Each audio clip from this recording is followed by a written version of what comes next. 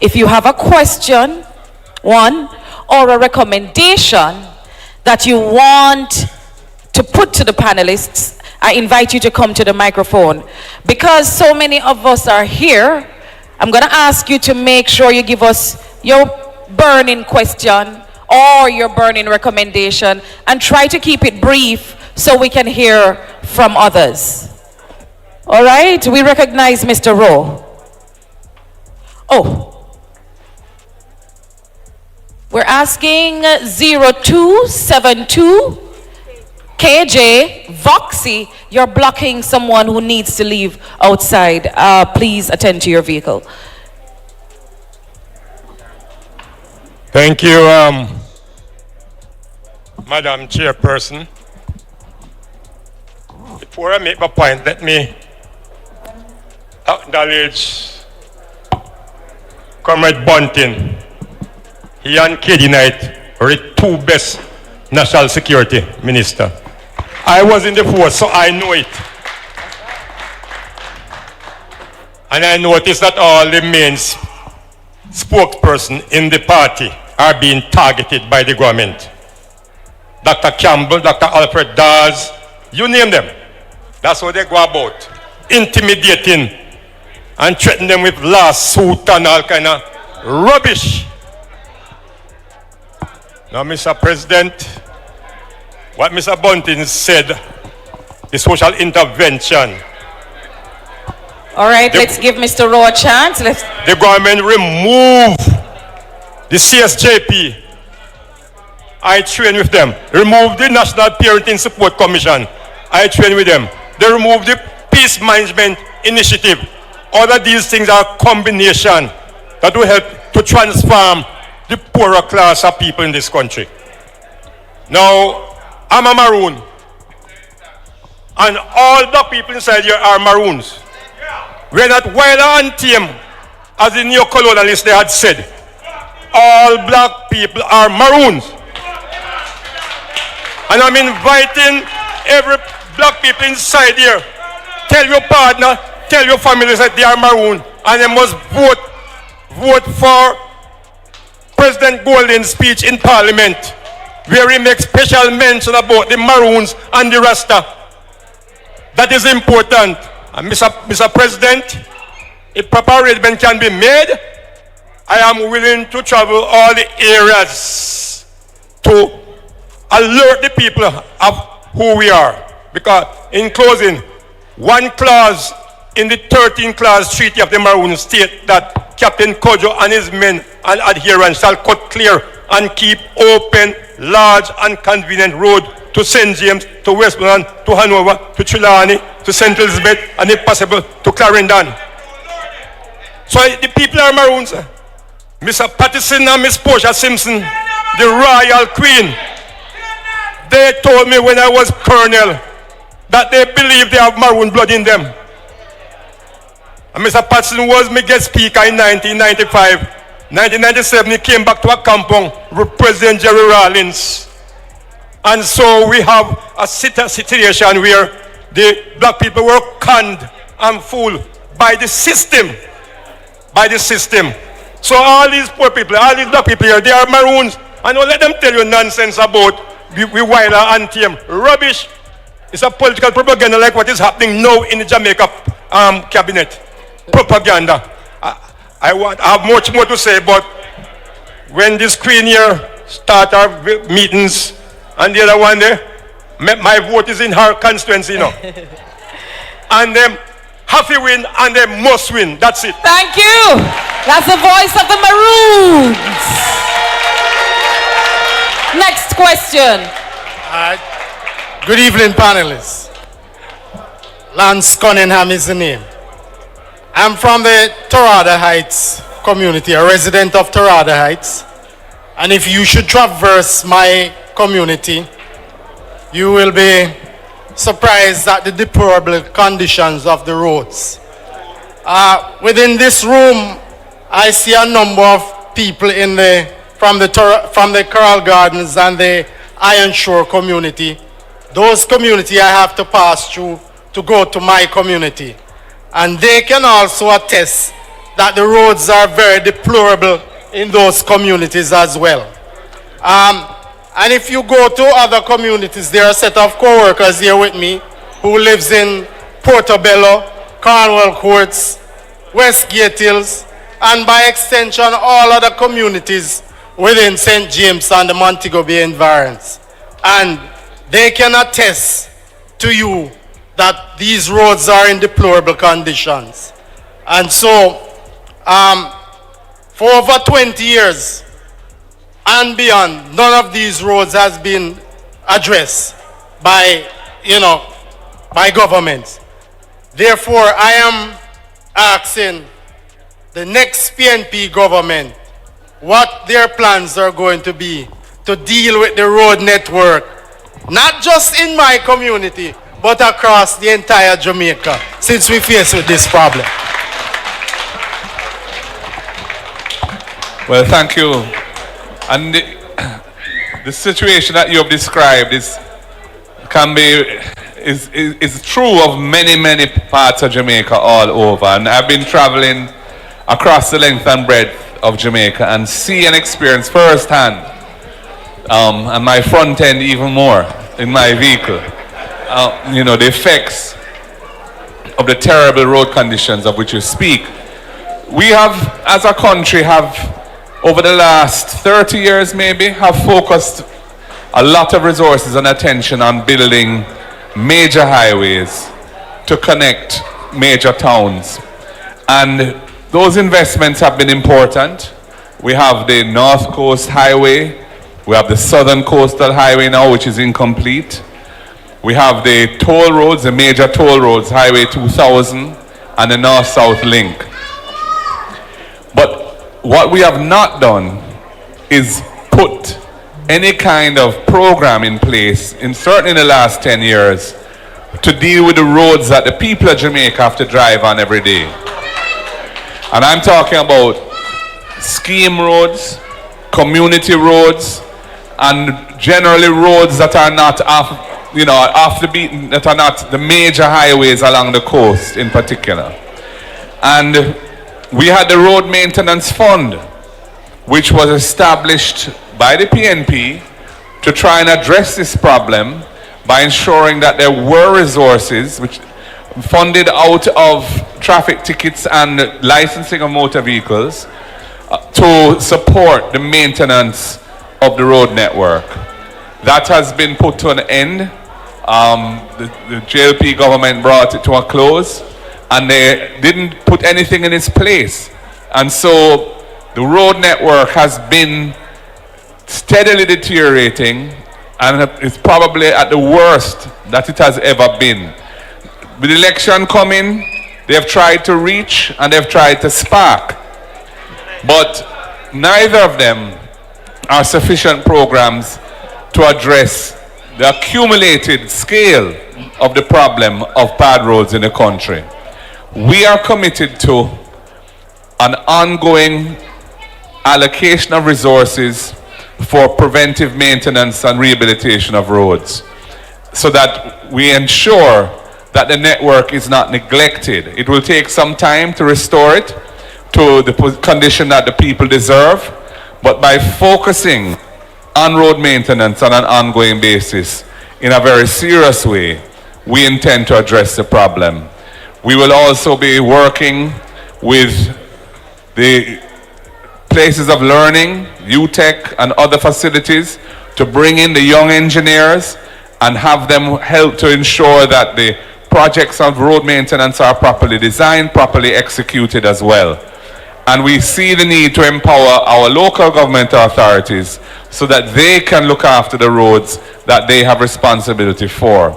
So it is a big problem that you've described, and I'm not saying that there's any easy fix to fix it overnight, but it requires a proper policy of prioritizing the roads on which people drive every day to get home and to get to work or to get wherever they need to go, and ensuring that those resources are put in place so that in the medium term we will see a significant improvement in the quality of our roads, and also eliminating some of the corruption from the way in which road projects have been executed, where we are seeing materials are not being used as they should. They're skimping around so that, and roads have to be redone shortly after they have been fixed and so on. There's a lot of scamming in that system. We need to cut it out. We need to take the medium to long-term view and fix things properly and ensure that quality assurance is part of the process of managing the maintenance of the network. That's it. Next question. Good night, comrades. I am Pingskew Green. I am from the parish of St. James. This government has put out the narrative that crime is going down, and at the same time, our people are more scared of our security forces more than ever in the history of this Jamaica. I would like to know, what will the PNP do in regards to changing this narrative of having our young people especially and the population of this country being afraid of our security forces?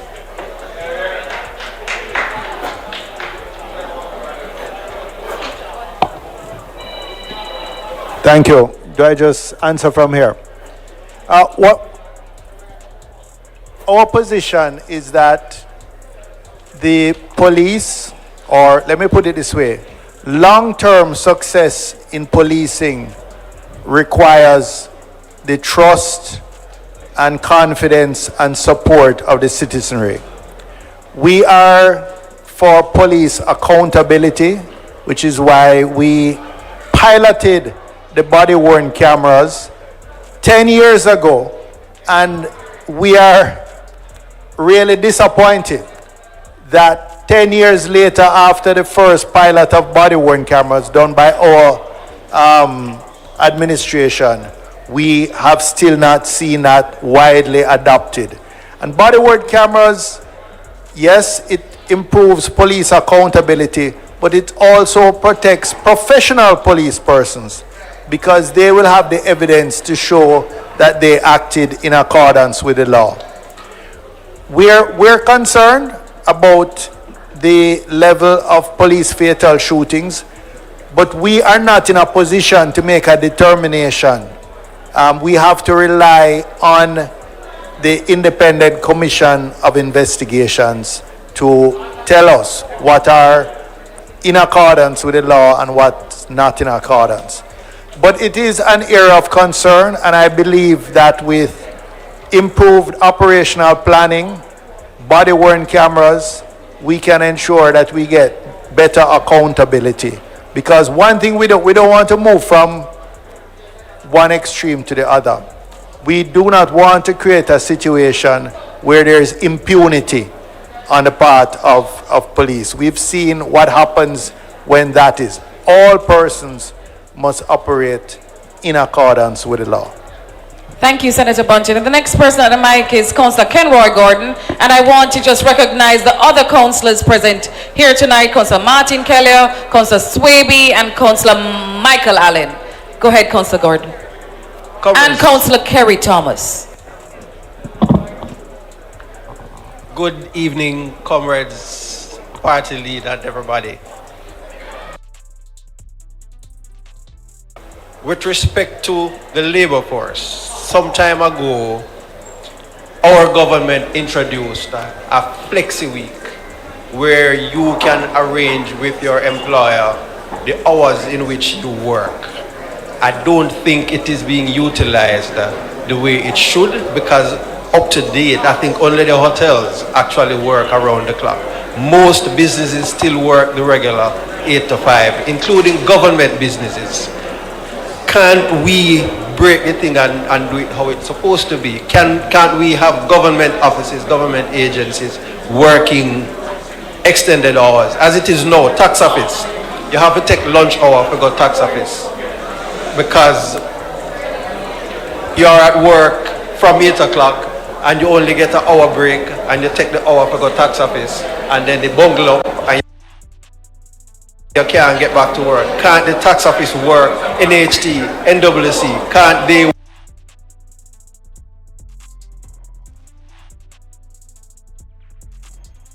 Flexi Week thing. Another thing that it does, it reduces the drag on the transportation, longer hours in order to facilitate the whole Flexi Week thing.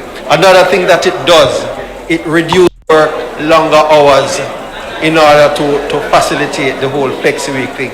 Another thing that it does, it reduces the drag on the transportation sector. 6 o'clock every morning, everybody come out. And between 6 o'clock and 8 o'clock, you have bottleneck everywhere. And then between 5 o'clock and 7 o'clock in the evenings, you have bottleneck everywhere. Whereas if the hours were varied, you would have had different times people coming out. Thank you. Well made. Thank you for the question. What I can say, in the first 100 days in office, the People's National Party will review the current work hours and of course the flexi work hours. We are aware that in some sectors it is used on the weekend to bypass the fact that they don't want to pay staff members for their time on the weekend. So we are going to be reviewing those together, and of course we will have conversations with the different sectors, the BPOs, the hotel, and of course with the government and the tax administration to see how best we could facilitate the regular citizen on the weekend and ensure that they can do their business lawfully and in a timely fashion.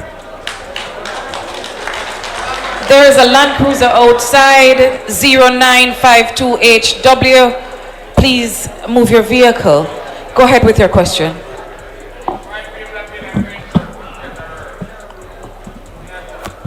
Good evening, comrades. All right,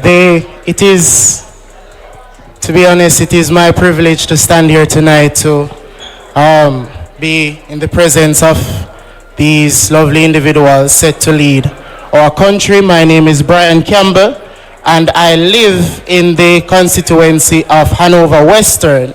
However, I was born in this constituency, and I also work and do business, so I have a vested interest in this constituency. I am also privileged to have grown in a house where both parents were of either persuasion. Obviously, one for the PNP, other for the JLP. So standing before you tonight is not a diehard, rather somebody who have subscribed to this party, the ideals of this party, starting from a particular time where I saw a then finance minister debate on certain matters, who is now the party leader, Mark Golding. And also I had the privilege when I was in college, Sir Bunting will not remember, obviously, to have had breakfast with him and, Michael Phillips and some other persons at the time. There was a forum. So what I'm speaking on today is not really a question, rather a recommendation, and I hope to set some context. And context, I'm just going to give the problem as I see it and how we feel it, and the recommendation, hopefully I can get some further guidance on that. The problem that we all feel, know, and see, we are talking about the economy. We're talking about the reality that prices are high. High-income jobs are scarce. Young people like myself, we are discouraged, and the hope of earning is quickly slipping away.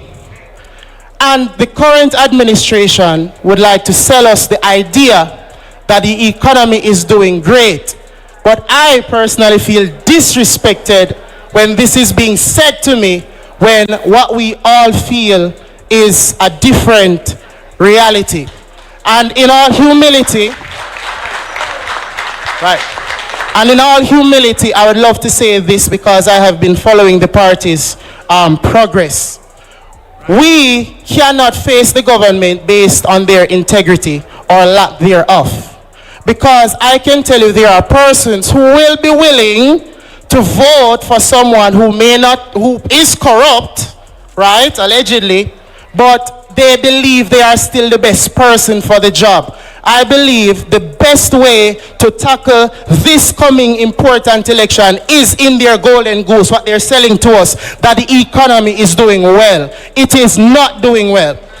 I am a teacher of mathematics, and I'm going to address one of the indicators of economic success, unemployment rate. Currently, it is said that the employment rate is at 97%, which should be something that is good. But I can tell you, brothers and sisters, this number should mean something. I'll give an analogy, I won't be long. I'm speaking to every parent here, I'm a teacher.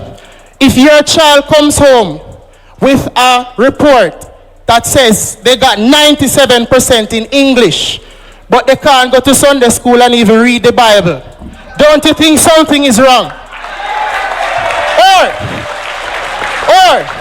if your son come home to you and say they got 97% in mathematics, but you fret for them when them take taxi because taxi man rob them blind, they don't know if make the change, don't you think something is wrong? That 97% should mean something.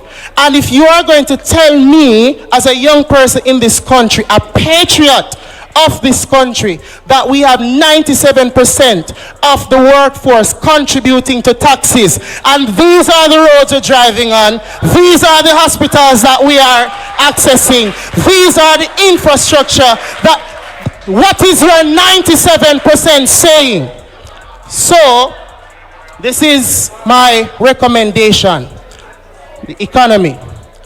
The aim for Vision 2030, Jamaica should be the place where Jamaicans can live, raise families, and do business. Right?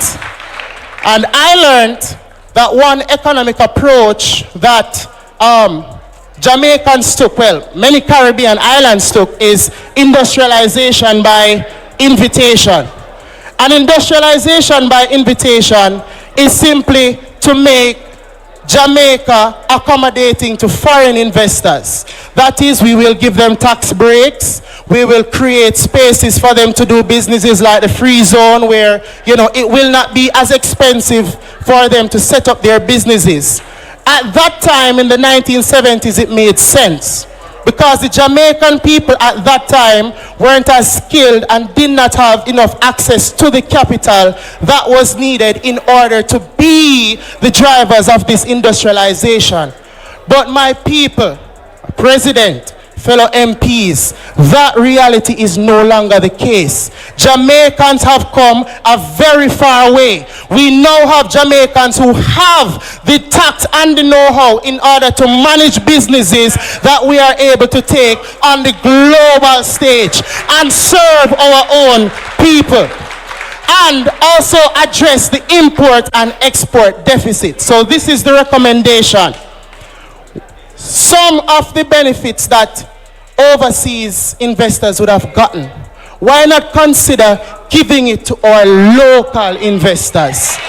Why not consider then some tax breaks potentially for our local investors, but also bringing in heavy machinery in order to upscale and upskill our own industries in Jamaica completely duty-free, so that we would be able to actually compete locally and improve skills right across the country. So my recommendation, as I said, I'm sorry for the time that I have been taking, but my recommendation is show Jamaicans that the economy that you will inherit is going to be the best economy for Jamaicans to do business and raise families.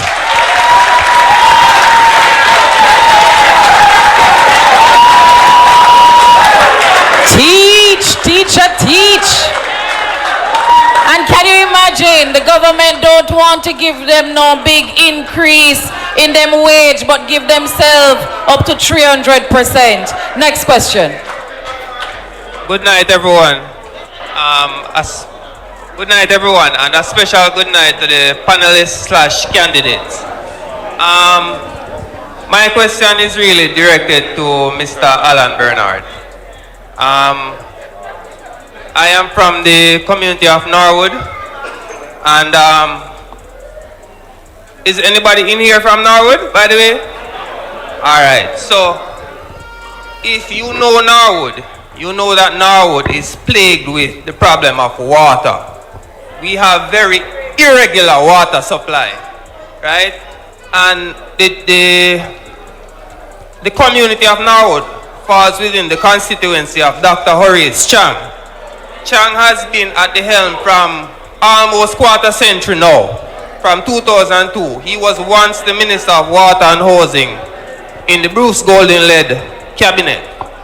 But basically, to make a long story short, my question is, Mr. Bernard, what are your plans to address the problem of water within the community of Norwood and other communities within Northwest St. James? Thank you very much. Let me speak to the community of Norwood. And we have a spokesperson, Water, and I think I will pass it on so he can speak to the broader issue of the country. But the party leaders here and others are here that can assist. As it relates to Norwood, we have been having conversations about the water. And there are three things. Put the mic to your mouth. Yeah, okay, yeah, that mic wasn't working. Right, so there are three things that we have been having discussion on. But let me put something in context first and foremost. When I get calls from the community about water, they'll often ask for a truck of water. And then I'll have a conversation with them about how far a truck of water can go. Usually, a truck of water causes more problems than anything else in terms of how it is distributed. So we have a conversation about how do we provide advocacy around the water issues in particular areas of Norwood. And so, as you rightly said, we have a member of parliament now for almost quarter of a century. A member of parliament that was once, that had portfolio responsibility for water. And nothing has been done to address the issue. If it's an engineering issue, this is 2025. It's not difficult to find an engineering solution. If it's a resource issue, it's not difficult. If I was the member of parliament for Northwest, anybody who is minister of water in my administration would tire to see my face. Every single day, I would be at that minister's door. Almost 25 years, nothing. If it's a resource constraint, if it's an engineering constraint, we can fix it. I have spoken to persons from the Water Commission. Again, it's not easy to speak to persons from any ministries, agencies, or departments when you're not an elected representative. Notwithstanding, I've gotten word from them. They themselves have said to me that they can take some responsibility or shoulder some of the responsibility. And in the event that this culpability is theirs, they can provide temporary relief. However, it is those elected representatives they ask to engage them to bring this temporary relief. They are not doing so. They are not doing so. And so in our conversations with the community of Norwood, we are looking to bring greater advocacy around how do we force the hands of these current elected representatives to act.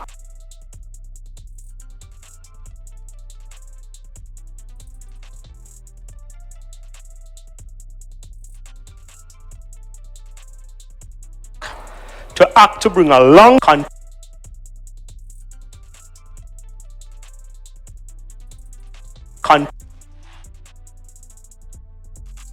next People's National Party government.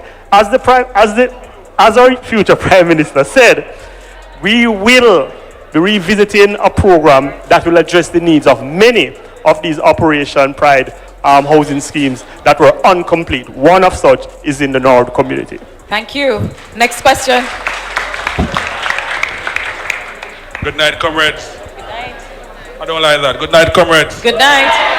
Let me pause a little bit to acknowledge our incoming Prime Minister and of course members of his incoming cabinet. All right, so I really came here tonight to ask two questions.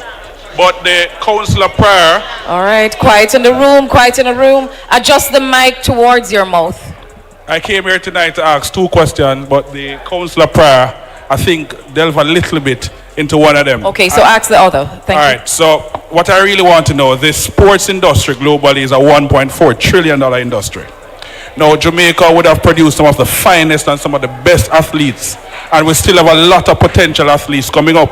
I want to know what is the next PNP or PNP's administration is going to do to tap into that $1.4 trillion industry. Mr. Hines? Thank you.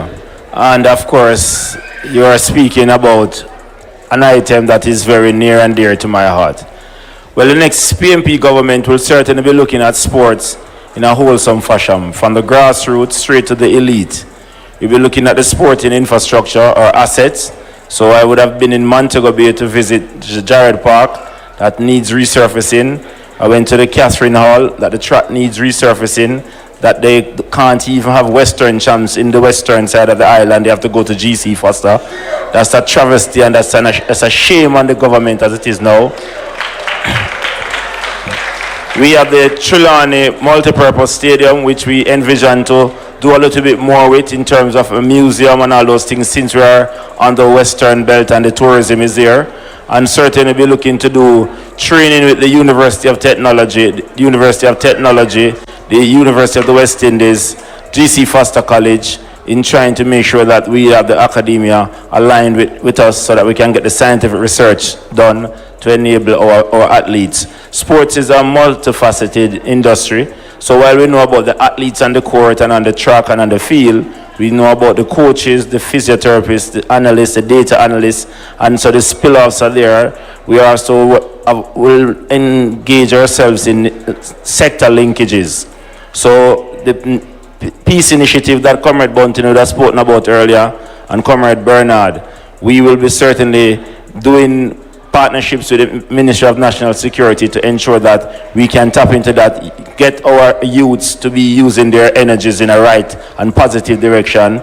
We'll be speaking to Dr. Dawes about the health, community health and safety, of using sports to make sure that we can do away with lifestyle diseases and to get students and young people in the communities active. We'll be speaking with the Ministry of Industry and Commerce to engage ourselves with private investors so that this government would have caused the Jamaica Talawas to be no more. There's no Jamaica Talawas with cricket because the government did not invest in it. And I'm sure Comrade Mark Bolin and us will be looking to speak to other private cricket investors to bring back a franchise in our country, because we are renowned for cricketers. We had Chris Gale, we now have Andre Russell and Ravman Powell, Stephanie Taylor. There's a lot more to speak of. So we'll be doing sector linkages and we'll be doing sports in a wholesome fashion, and hopefully one day sports can be a standalone ministry so that we can have a permanent secretary and a budget to move our thing forward. So it will be properly ventilated, and don't worry, sports will get its rightful place in our society. Thank you. You see how refreshing it is to have a future minister of sports who don't only turn up for the photo ops, but he knows his industry. Next question. Hello, good night. So my name is Colleen. I actually have a couple questions and recommendations. Hello, good night. Hear me now? Yes. Yes. My name is Colleen, and I actually have questions and recommendations for everybody on the panel. Give us the top one. The top one? Yes. All right. So my first question goes for the future Prime Minister, the incoming Prime Minister. So you had spoken about Cornwall Regional Hospital and it being an A-type hospital. So for me having certain medical issues, I wasn't necessarily able to access certain treatment outside of Cornwall Regional Hospital, meaning that I have to go to that hospital to get what I needed to get done, right? But in an essence, when I go there, or the experience that I have, it's like the doctor that's there, I go have to wait 3 hours, then I wait a 3 hour, then he has to go back on the ward, then I have to wait another set of time again for him to come back to me to actually assist me, because there's not enough persons there working to assist. I also see that Christopher Tufton, He he's saying women are not having enough babies, but what infrastructure is going to be put in place to say yes, women, it's easier for women to have children, the experience will be easier for women, and so instead of just having babies, cause he's not going to help women to take care of all of these babies that they're supposed to have. So that's the first question, yeah. That's the, yeah. Okay. Comrade Leader.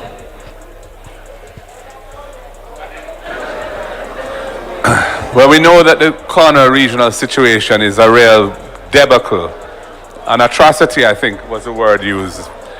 And the level of service there currently is unsatisfactory and inadequate because the facility in which they're operating is itself, you know, not what it should be, because the hospital is under major renovation and has been for many years.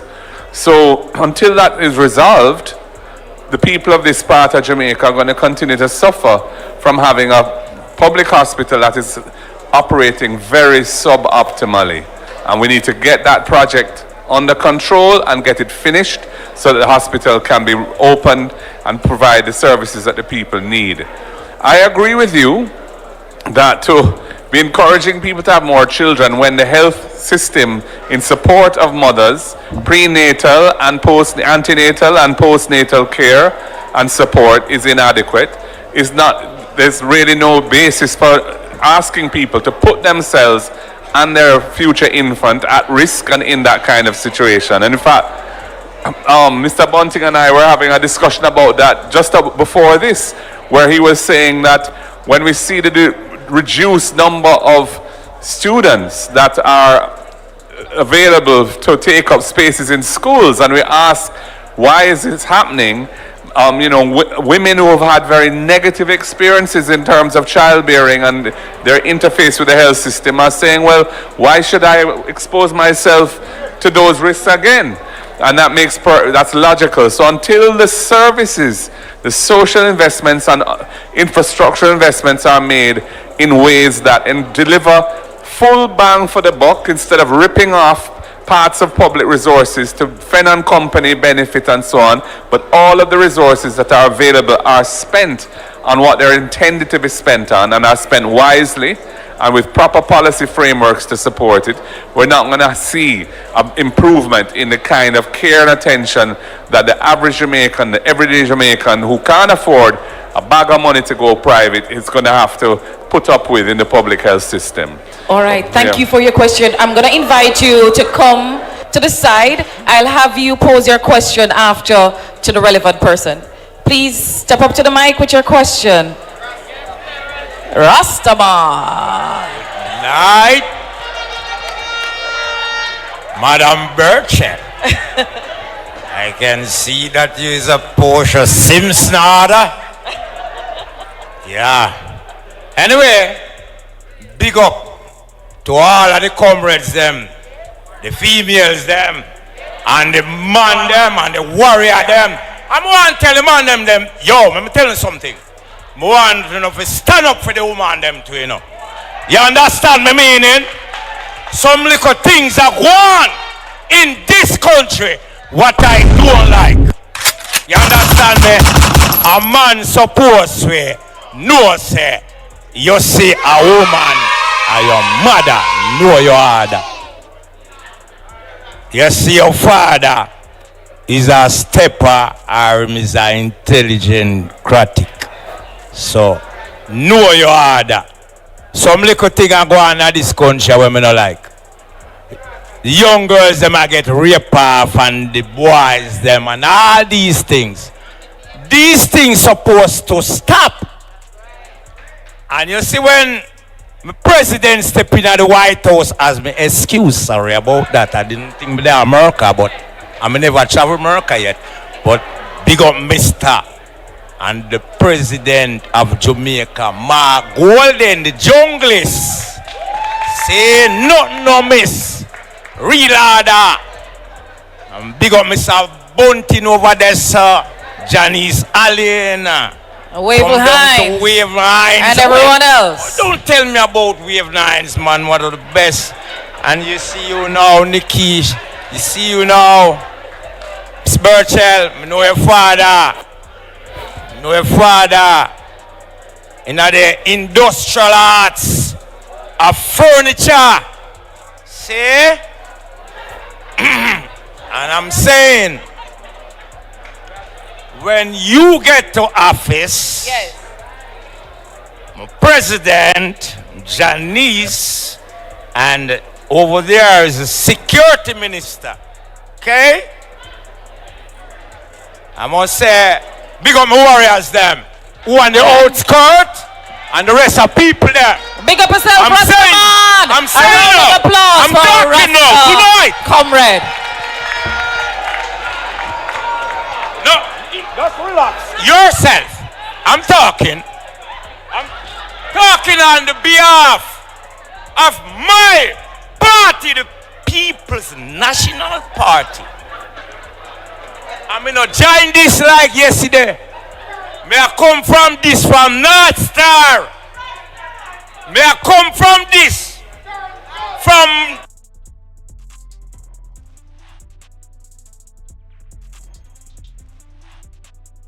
Joshua, Michael Manley. That's right. And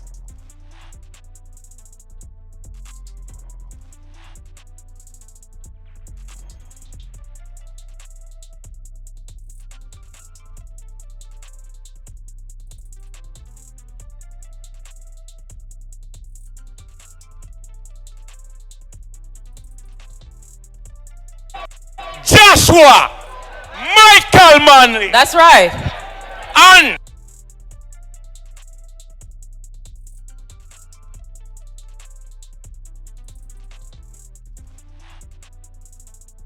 Joshua, Michael Manley. That's right. And this big up, Respect, but give people a chance. big up A long that line behind you're you. going to Long get a line chance, behind man. you. You're going to get a chance. Long line behind you. No, I'm saying. Give to us my- 30 seconds. Relax. To my leader and my prime minister that some milk.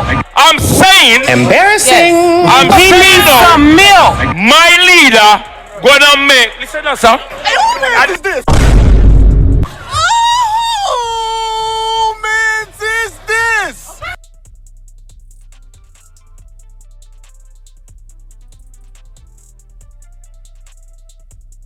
Embarrassing.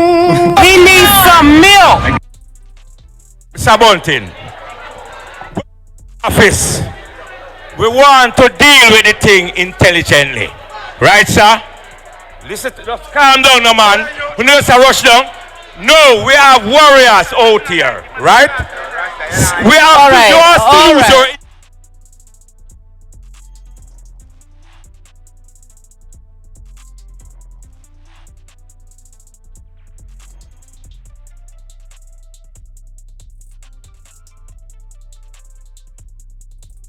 Person to the microphone with your question. Good evening, everyone. Come on, the word is love. The word is love. Let us recognize our sister at the mic with her question. Good evening, everyone.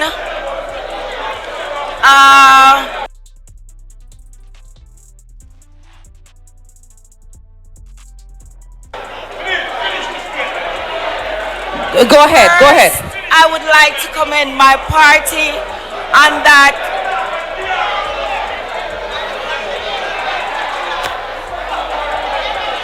All right. If you came on the, I have an announcement. I have an announcement. Comrades, friends, if you came on the Salt Spring bus, it is ready to leave. So please make your way to your bus. We thank Rasta for his question. Go ahead, or Empress. All right. Yes, as I was saying, I would like to commend you, party leader, and all of the comrades. Settle down, settle down. For stepping out and representing all of us that were not able to be in Kingston. Because there are a lot of pressing issues and a lot of things happening in the country right now. One moment. Could you please turn the microphone, the volume up, Mr. Engineer? Go ahead, sister. Heard me much better? Yes, I was, first I acknowledge the panel and I'm commending the party leader for standing up and being our voice. Bringing the people out on the street, and then people are saying we not joke about this. This is rescuing. I've been saying this. Janice can attest to this. When I do my work, I always say we're rescuing Jamaica. And for you to put that there, that shows me, But my thing is this, comrade leader, what I want you to talk to the young people about tonight, and also some elderly people, because it's like some people don't remember where we're coming from and where we're trying to go. When we go out on the road, they're talking, well, yeah, forgive me. We need something, we need money, we need this, we need that. That's something I want you to address. To talk to them, let them know themselves that we're fighting for not just money, we're fighting for our country. All right? So I want you to talk about that for me, party. Thank you, thank you. Let's take the next question and he'll answer them both together. Fellow comrades, good night. Good night. Madam Queen of the South and next Prime Minister to be, greetings. I have a question to ask. Recently, I overheard the commissioner saying that those guys who police stopped on the street went to their phones and extracted information from them. It is illegal, which we already know. I'm addressing it as a luminaire, legal luminaire. Just 2 days ago, a young man from the United States came down to bury his grandmother. And the police stopped him in the Springmount Marathon area, took away his phone, took away his bank cards, which are US, and asked him how he had so much money on him, both US and Jamaican, not realizing that he's a US citizen. They took him down to his station and harassed him. Then when they realized what was happening, they apologized to him. I don't think that is right. Something has to be done about that. Another thing, there are several accounted cases in Jamaica where cases have been adjourned sine die for 30 years, 20 years onwards. I do think I make a recommendation that when you do form the next government, there should be a statute of limitations on this. What do you think about this matter? Thank you. Thank you very much.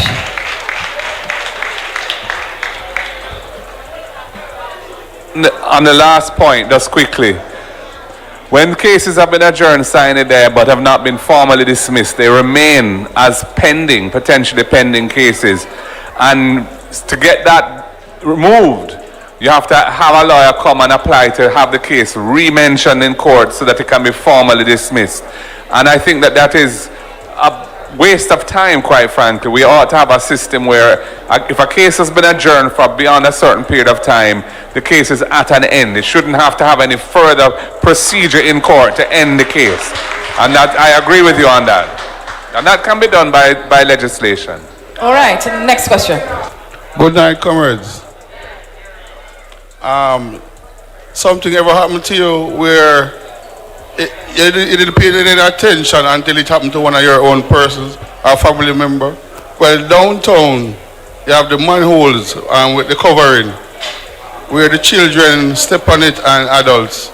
Now, my cousin was walking along and stepped in one of them. We made a report with the doctor's certificate and everything, submitted it to the parish council. They said it was not their road. So I went to the NWA. The insurance refused it, said it was not their road. I went to the NWA. They sent somebody to investigate and said, no, it's a parish council road. Now we sent it back to the parish council and they said, no, if they were doing work, then it would be their responsibility. But what happened was the manhole, it opened up, and then when she stepped in there, by the next day somebody closed it back. So now they're refusing, and I get to find out that there are a lot of cases. But because we are poor, we don't have the resources to follow up these things. A lot of us are being taken advantage of where we cannot get any justice for that. Because my cousin is actually diabetic also. So her foot, it's taking some time to heal and it's preventing her from going to work. Right? So these issues are not being addressed. So I don't know who can speak on that. What I would say is this. I heard the Justice Minister speak yesterday in the sectoral debate in the House of Representatives, and after 10 years I was very disappointed that he hadn't announced that the legal aid system will be extended to certain types of civil matters and not just criminal matters, because there ought to be a civil matter aspect to legal aid, especially in personal injury matters like the ones you referred to, but also in other cases, for example, in relation to dead left matters and so on, where people who can't afford an attorney can get legal advice and legal representation subsidized by the legal aid system. And that is something that we are committed to doing, so that we can expand legal aid to ensure that people's basic rights are protected and they have access to legal services for that. So in a situation like this one where you're getting the runaround and there's been an injury, you sue both. You know, you sue both, and the court can decide who's responsible. It's not for you to be trying to find that out. You sue both of them in the same proceedings, but you need a legal support to do that because you can't afford an attorney. And you know, so that is why it's important that the legal aid system be expanded to cover civil and constitutional rights and not just criminal matters. And our sister is saying she wants a response to her question about what she should say to those who are asking for vote buying. Well, the messaging that we deliver to the people must resonate with them as being relevant to the Jamaica that they see and the problems that they face, so that they see that it is in their interest to give us their vote, because we are going to build a Jamaica that is responsive to their needs and gives them hope for a better future. And if we don't do that, then it's just a hustle. And none of us are in this for the hustle. We are in this for nation building. And it's for our policies and programs and our communication of those things to persuade people that it is worth putting short-term little things like a $5,000, whatever it may be, aside and supporting something that might bring civil action for being covered by legal aid. So if you get an injury, your rights are protected. You know, that will give us beach access. That will ensure that the schools are delivering quality education and that healthcare and hospitals are properly managed and maintained so that the people have good healthcare. People need to understand and appreciate the importance of these big issues and the need to have government that is responding to those things so that they can elevate themselves from the little mentality about, well, let us eat a food today and that's sufficient, because it really is not sufficient. Thank you. Please go ahead with the question. All right, good evening, everyone. Good evening. My name is Amaya, and I'm a final year social work student. My question is relating to substance use among young adults, especially teenagers. I know that there's a law. There's a law about young people not being to smoke and not being sold these substances, but we are in Jamaica, and these laws are not being enforced. As a final year, I've been exposed to working with the National Council on Drug Abuse, and when we ask these young people, where are you getting drugs? Why are you using drugs? They're like, I can get it at the shop. So my question to you, Mr. Upcoming Prime Minister, is what will your party do to ensure that our young people are not getting access to these substances, so it's not that prevalent so they can get access to it? Because these substances are affecting their growth, which is in turn affecting our nation. Well, first of all, I think it's very important that public education be tailored, and the messaging around substance abuse and the risks of it be tailored to teenagers, adolescents, and those who are most at risk. And so that they can understand the importance of protecting their mind and the functioning of their brains so that they can have a better life in the future, and avoiding behaviors and substances that are going to negatively impact on that. Because I think people in Jamaica, and the youngsters now, there isn't sufficient messaging around these issues and these risks. And they just have a very cavalier attitude towards it. And they're eating the gummy bears and they're eating the other, the other things that are a lot of these psychedelic substances, the Molly and all of that, which is not part of our culture but is coming into the country. We need to have the National Council on Drug Abuse needs to have the necessary support financially so that they can develop the messaging around responsible behaviors amongst our young people. I think that's the most important thing that we can do to reduce the inclination of our young people to go down these pathways which are ultimately destructive of their prospects and their lives. We'll take our final question. I'm sorry. We're going to have to follow up with you after. Quickly.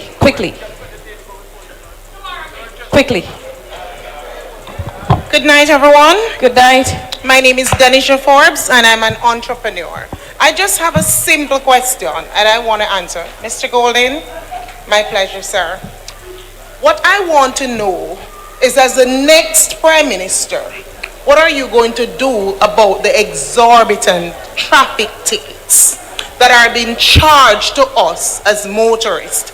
And I can see where tickets move from $500, $800 to now $15,000 for a ticket and $10,000. I want to know, if minimum wage is $15,000 and $16,000, where should people get money to pay for a ticket for $15,000 for parking in the wrong place? And I just want to give an example of what happened to me, because best believe I'm going to the court. I would rather give someone $50,000 for free or $100,000 than pay this ticket that I got the other day. And it's a burning issue for me, and I'm here tonight, and I believe that these ticket prices that they're raping us through this system, might as well they just say tax increase, because this is just a way to scapegoat that it's a new tax. There's no way we can be paying tickets for $10,000, $15,000, and these policemen are there lying too. See, there was a traffic on the road at Westgate on our way to when you pass Vista Print there, because I live in the Meadows of Irwin community. So I recognize in the Meadows of Irwin community. So I recognize that I saw the police siren, flashing, because there was a heavy traffic coming all the way from Barnett Street going up. So I said, okay, I want to see what the accident is. So after passing Vista Print, I said, let me just peep over. So I was in the line. Remember, now, this is the traffic is called bumper to bumper. You can't even move 10 miles. So I decided this is my lane. I just slightly do this. Not even halfway, quarter. I just wanted to peep to see, just be nosy, of course, who met in an accident, because I saw a truck. So of course I saw the police there, but it was too dark, so I could not see. So I said, let me just come back in full way until. So it's about 3 to 6 cars in front of me. By the time I got there, the policeman pulled me over. Ma'am, I'm going to charge you for undertaking. I said, excuse me, sir? I am a decent, law-abiding citizen. You believe that I am mad to be driving on the opposite side, overtaking a whole line of traffic I cannot see in the dark? I just wanted to look. He said I came halfway out. I was about to undertake, but because I saw him, I didn't bother to. So he wrote me up for $15,000 because I was about to undertake, and I'm not undertaking. Why should I pay $15,000? I am sure I'm not the only person with these issues who want the ticket prices reduced. I think she needs a lawyer. Mr. Golding, he's the lawyer amongst us. I want the prices reduced. That was a very expensive attempt to undertake. Anyway, I do think that the traffic tickets need to be reviewed in terms of the level of fines. I think the new Road Traffic Act has been brought into effect for a year or so now, and it's an opportune time to look back at it. It's a very long list of different offences, and to be honest, I don't think the necessary critical scrutiny had been brought to bear on those issues when it was passing through Parliament. So I do think we need to look at it and bring it more in line with what people would consider to be reasonable based on the type of conduct involved. But I would just urge you next time not to be too curious about what you see, so that you're not caught undertaking when you should be going straight. Ladies and gentlemen, that was a people's session. Thank you for your questions and your comments. We're going to invite Rochelle Reed not to do the vote of thanks, because we're on our way out of here. Come ahead. Rochelle is the candidate for East Central St. James.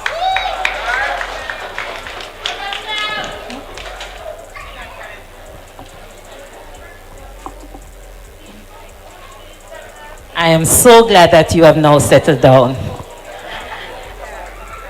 A pleasant good evening to everyone, to Mr. Mark Golin and the panelists, Nikisha Burchell, our chairperson, ladies and gentlemen of St. James, a pleasant good evening. As we come to the close of this memorable and impactful gathering, it is my distinct honor and privilege to deliver the vote of thanks on behalf of the People's National Party and all those present here today.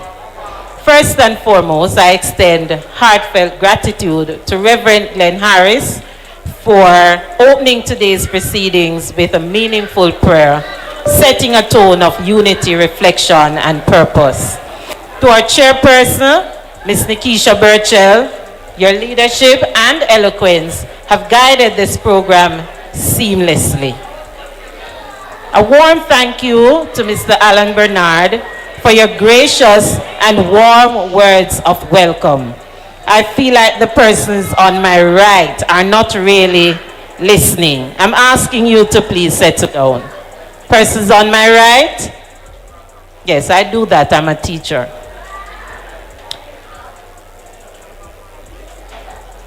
We are also deeply appreciative of Dr. Andre Horton, whose greetings reflected innovation and entrepreneurship, key pillars of Jamaica's continued growth.